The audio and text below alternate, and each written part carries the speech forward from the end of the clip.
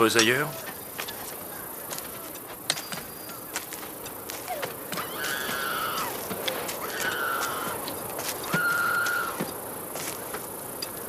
Il n'y a pas d'eau.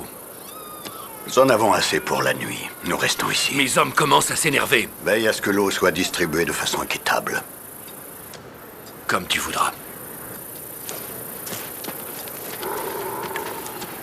Sache également que la colère gronde parmi le peuple. Il dit la vérité, Abraham. Dis-leur de faire du feu et de préparer la nourriture. Fais comme il te dit, Eliezer.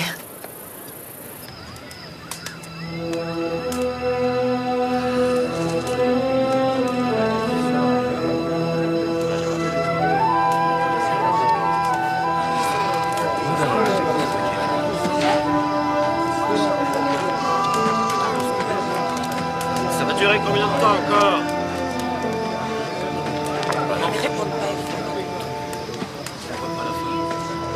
Silence! Vous tous, écoutez-moi! Vous savez ce que l'Éternel m'a ordonné, mais vous continuez de nier son existence.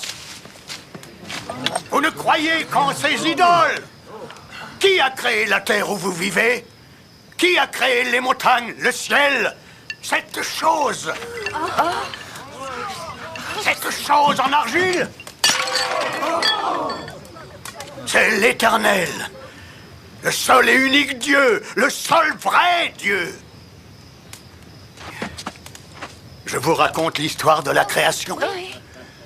Fermez les yeux. Avant que le monde existe, il n'y avait rien, hormis les ténèbres. Dieu dit que la lumière soit, et la lumière fut.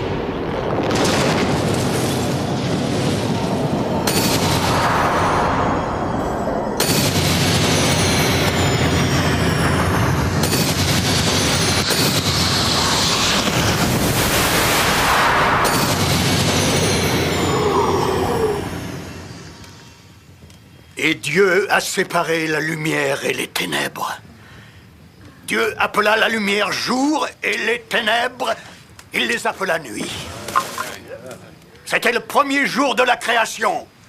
Puis le deuxième jour, Dieu dit, et que le firmament apparaisse au milieu des eaux, qu'il sépare les eaux du dessus des eaux du dessous. Notre Seigneur appela le firmament ciel. Le troisième jour, Dieu dit que les eaux s'amassent en un seul endroit et que la terre sèche apparaisse.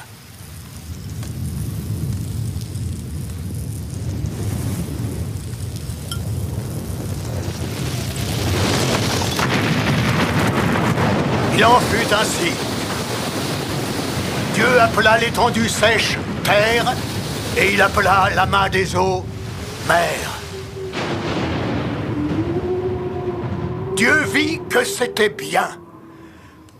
Alors Dieu dit que la terre produise de la verdure, des plantes fournissant des graines et des arbres fruitiers de toutes sortes. Le quatrième jour, Dieu dit qu'il y ait des lumières plein le ciel pour éclairer la terre.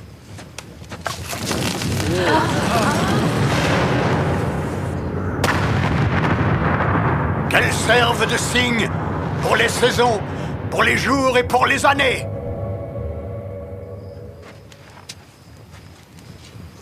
Le cinquième jour, Dieu dit que les eaux se remplissent de nombreuses créatures vivantes.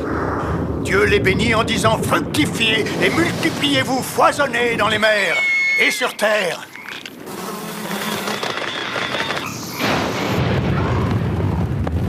Le sixième jour, notre Seigneur dit « Créons la race humaine à notre propre image, à notre ressemblance. » Aussitôt, il en fut ainsi. Et Dieu regarda tout ce qu'il venait de créer. À nouveau, Dieu vit que c'était bien. Ainsi furent achevés les cieux, la terre et la multitude des espèces vivantes. Le 7e jour, Dieu se reposa. Et Dieu forma l'homme à partir de la poussière du sol.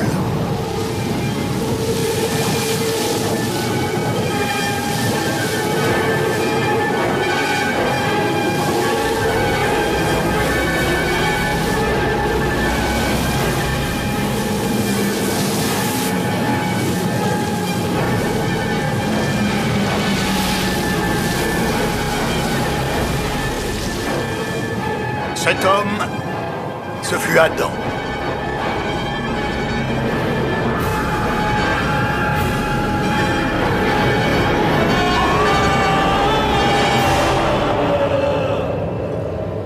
Ensuite, Dieu endormit Adam et lui prit une côte qu'il transforma en femme.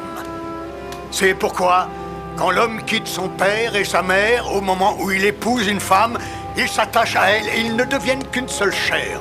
Adam appela la femme Ève. Dieu les installa à l'est du jardin d'Éden.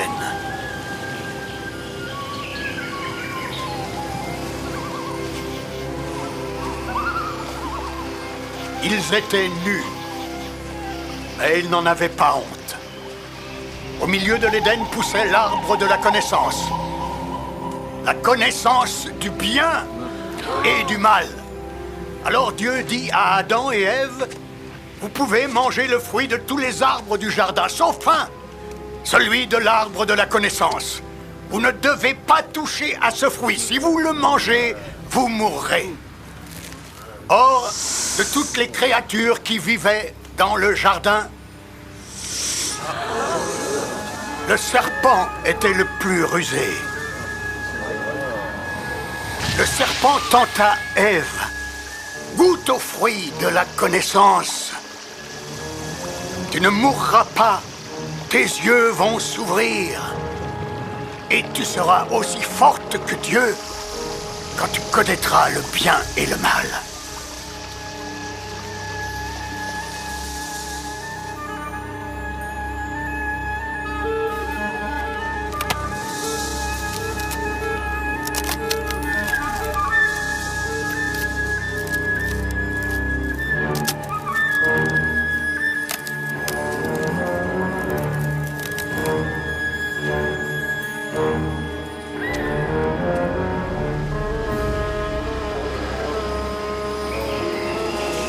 Ève mangea le fruit. Et elle en donna aussi à Adam.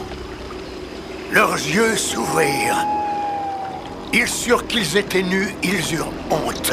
Et ils essayèrent de se cacher de Dieu. Mais comment pouvaient-ils se cacher de Dieu? Il les trouva, bien entendu. Et il leur donna des tuniques pour se vêtir. Il apprit ce que le serpent avait fait. Et l'Éternel maudit le serpent. Il lui dit, « Désormais tu marcheras sur le ventre, et tous les jours de ta vie tu avaleras de la poussière. »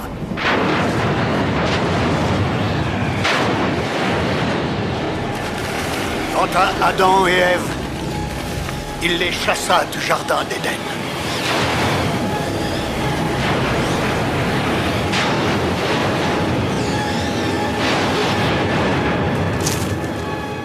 C'est à cause de leur désobéissance que le mal est venu troubler le monde. Caïn, le fils d'Adam et Ève, tua son frère Abel. Vous tous êtes les descendants du premier homme sur terre et de sa femme. Moi, Abraham, je descends de leur fils Seth. Et de Noé qui construisit l'arche où il resta pendant le déluge qui dura 40 jours et 40 nuits. Rappelez-vous qu'il vous a fait. Vous savez en quels termes Dieu s'est adressé à moi?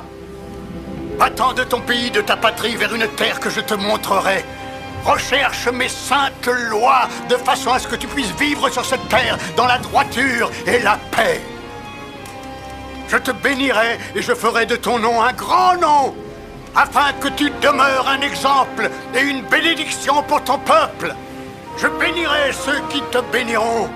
Je maudirai ceux qui oseront te maudire. À travers toi, toutes les familles de la terre seront bénies. J'ai foi dans la parole de Dieu. J'obéis à ses ordres. Vous sentez-vous capable d'avoir foi en l'Éternel? J'ai foi en l'Éternel. J'ai foi en Dieu. J'ai foi en Dieu. J'ai foi en Dieu. J'ai foi en Dieu.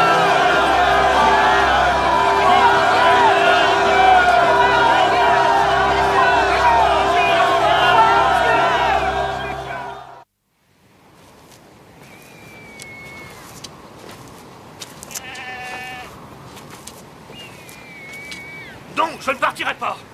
Conduis ton troupeau sur tes pâturages. Tu n'as pas le droit de venir ici. Si, j'ai le droit, Eliezer, autant que toi. Mon maître et ton maître sont égaux. Lot serait l'égal d'Abraham? Sûrement pas. Le temps viendra où mon maître sera plus grand que le tien. Abraham est un imposteur. Prends garde à toi, Raban. Tu sais ce que les gens murmurent? Qu'il n'y a pas de Dieu et pas de terre. Le vieil homme est dément.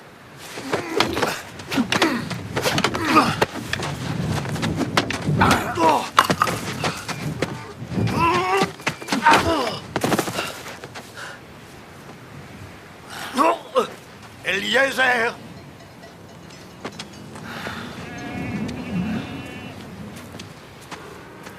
Ce lâche t'a insulté.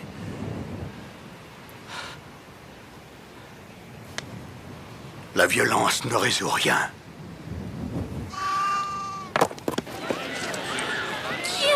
Ça suffit, arrête de jouer à ça. T'as compris?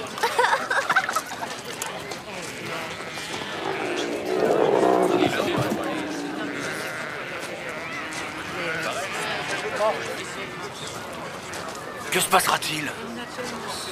Rien. Il va me tuer si j'y vais. Tu sais comment? Porte-toi bien. Mais j'ai vu de l'herbe où